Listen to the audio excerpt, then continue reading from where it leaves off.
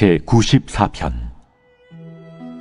여호와여, 복수하시는 하나님이여, 복수하시는 하나님이여, 빛을 비추어 주소서. 세계를 심판하시는 주여, 일어나사 교만한 자들에게 마땅한 벌을 주소서. 여호와여, 악인이 언제까지 개가를 부르리이까? 그들이 마구 찌꺼리며 오만하게 떠들며 죄악을 행하는 자들이 다 자만하나이다. 여호와여, 그들이 주의 백성을 짓밟으며 주의 소유를 곤고하게 하며 과부와 나그네를 죽이며 고아들을 살해하며 말하기를, 여호와가 보지 못하며 야곱의 하나님이 알아차리지 못하리라 하나이다. 백성 중에 어리석은 자들아, 너희는 생각하라. 무지한 자들아, 너희가 언제나 지혜로울까? 귀를 지으시니가 듣지 아니하시랴? 눈을 만드시니가 보지 아니하시랴? 뭇 백성을 징벌하시는 이 곧 지식으로 사람을 교훈하시는 이가 징벌하지 아니하시랴? 여호와께서는 사람의 생각이 허무함을 아시느니라. 여호와여, 주로부터 징벌을 받으며 주의 법으로 교훈하심을 받는 자가 복이 있나니, 이런 사람에게는 환난의 날을 피하게 하사 악인을 위하여 구덩이를 팔 때까지 평화를 주시리이다. 여호와께서는 자기 백성을 버리지 아니하시며 자기의 소유를 외면하지 아니하시리로다. 심판이 의로 돌아가리니 마음이 정직한 자가 다 따르리로다. 누가 나를 위하여 일어나서 행악자들을 치며 누가 나를 위하여 일어나서 악행하는 자들을 칠까? 여호와께서 내게 도움이 되지 아니하셨다면 내 영혼이 벌써 침묵 속에 잠겼으리로다. 여호와여, 나의 발이 미끄러진다고 말할 때에 주의 인자하심이 나를 붙드셨사오며, 내 속에 근심이 많을 때에 주의 위안이 내 영혼을 즐겁게 하시나이다. 율례를 빙자하고 재난을 꾸미는 악한 재판장이 어찌 주와 어울리리까? 그들이 모여 의인의 영혼을 치려하며 무죄한 자를 정죄하여 피를 흘리려 하나?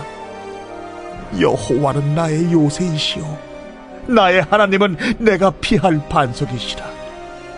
그들의 죄악을 그들에게로 되돌리시며 그들의 악으로 말미암아 그들을 끊으시리니, 여호와 우리 하나님이 그들을 끊으시리로다. 오늘 우리가 함께 읽은 시편의 말씀은 성도들이 살아가다가 만나는 악한 자들을 어떻게 대해야 하는지를 우리에게 잘 가르쳐주고 있습니다. 삶을 살아간다는 것은 사람과 사람 사이에 일어나는 수많은 사건들로 이루어진 길고 긴 길과 같은 것입니다. 지나온 세월과 인생의 굽이굽이마다 그만큼의 발자취들이 만들어지고 그 사건에 관계된 사람들의 흔적들이 남게 되는 것이죠. 그 길 가운데 때로는 좋은 사람을 만나서 도움을 받기도 하지만 만나지 않았으면 좋았을 사람도 만나게 되는 것이 인생이라는 길입니다. 내가 가는 신앙의 여정이 늘 좋은 사람들만 있으면 좋겠지만 때로는 방해가 되고 낙심하게 하는 사람들도 만나게 된다는 것이죠. 오늘 시인도 인생의 여정 가운데 만난 악인으로 인해 회복할 수 없는 어려움을 겪고 있습니다. 본문 5절과 6절 말씀을 보면 여호와여, 그들이 주의 백성을 짓밟으며 주의 소유를 곤고하게 하며 과부와 나그네를 죽이며 고아들을 살해하며 라고 하였습니다. 자신뿐만 아니라 그가 속한 신앙의 공동체를 무너뜨리고 있습니다. 악인으로 인해 물질적으로 손해를 겪고 있습니다. 뿐만 아니라 과부와 고아와 같은 보호받아야 마땅하고 도움이 필요한 자들에게까지 오히려 무자비하게 대하고 있다는 것입니다. 이러한 악인들의 행악을 보면서 시인은 분노하고 있습니다.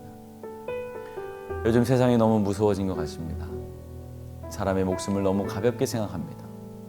심지어 보호받아야 마땅한 연약한 아이들을 차마 입에 담을 수 없는 방법으로 학대하고 목숨을 빼앗습니다.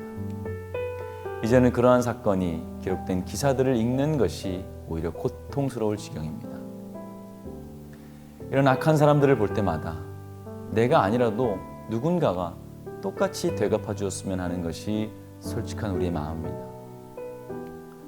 남이 당한 일에도 이렇게 우리가 억울함을 느끼고 또 복수하고 싶은 마음이 드는데 하물며 내가 그와 같은 일을 당했다고 생각하면 그 억울하고 분한 마음은 이루 말할 수 없을 것입니다.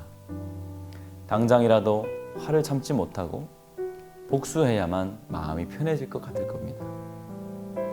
오늘 본문을 읽다 보면 이 저자의 마음이 이와 같다고 생각하기 쉽습니다. 그러나 자세히 성경을 읽어보면 그렇지 않습니다.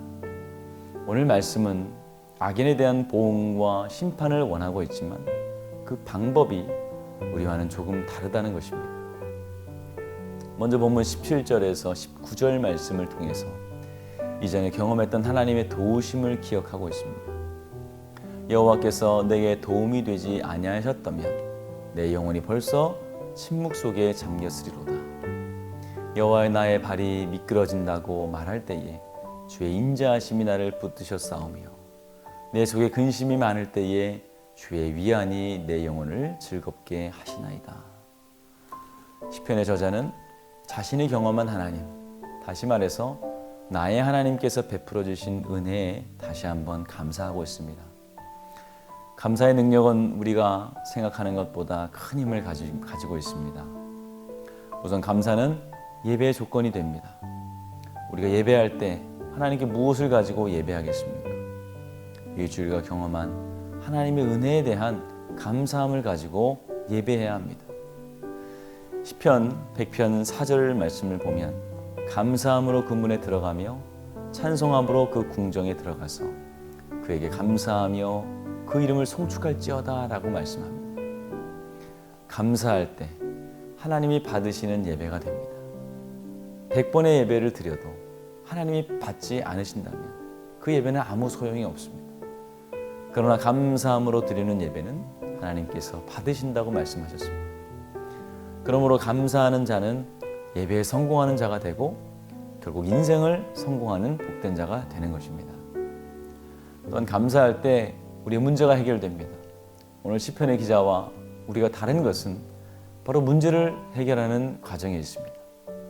오늘 시편의 기자와 우리가 동일하게 하나님 앞에 나와왔고 또 하나님께 도움을 구하고 있습니다.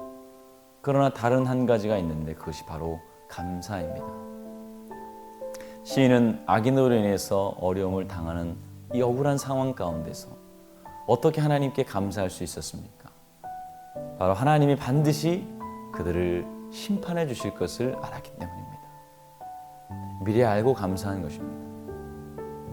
세상에 가장 무서운 사람은 힘이 센 사람이 아닙니다. 오히려 자신의 편이 되어주는 사람이 하나도 없어서 하나님만을 의지하는 사람입니다. 골리앗은 큰 칼과 창과 단창으로 다윗 앞에 나왔지만 다윗은 하나님만 모시고 나왔습니다. 다윗의 상대는 골리앗과 그가 가진 무기였지만 골리앗의 상대는 만군의 여호와 하나님이었습니다. 그 싸움은 해보나 마나입니다. 백전백승인 것입니다. 오늘 나에게 아무도 없고 오직 나만 남아있다면 세상에서 가장 무서운 사람이 바로 나임을 깨달으시길 바랍니다. 악인들이 나를 대할 때 처음에는 골리앗이 다윗을 보듯이 무시할 수 있지만 결국에는 나와 함께 하시는 하나님을 상대함으로 두려움으로 떠나게 될 줄 믿습니다. 오늘 하나님이 나와 함께 하심을 여러분 잊지 마시길 바랍니다. 내가 가장 외로울 때, 내 주변에 아무도 없을 때 그때가 오직 주님만 나를 붙잡고 계시며 내가 주님만을 의지하고 있는 가장 강한 때임을 잊지 마시고 주님을 더욱더 의지하시고 믿음으로 견디시는 저와 여러분들 되시길 주님의 이름으로 축원을 드립니다. 함께 기도하시겠습니다. 귀하신 아버지 하나님, 은혜와 사랑을 감사합니다. 우리를 주의 오른손으로 붙잡아 주시며 주의 눈으로를 지켜주시며 주의 손으로 보호하심을 감사합니다. 하나님, 내가 때로는 외롭고 어려운 일을 만나지만 그러나 그때마다 하나님께서 나를 보호하시며 오히려 내가 연약할수록 나와 더 함께 하시고 나를 보호하심을 믿습니다. 지금까지 지내온 것을 되돌아보며 하나님께 감사합니다. 그 감사함을 가지고 주님 앞에 예배하며 오늘도 기도로 나아갑니다.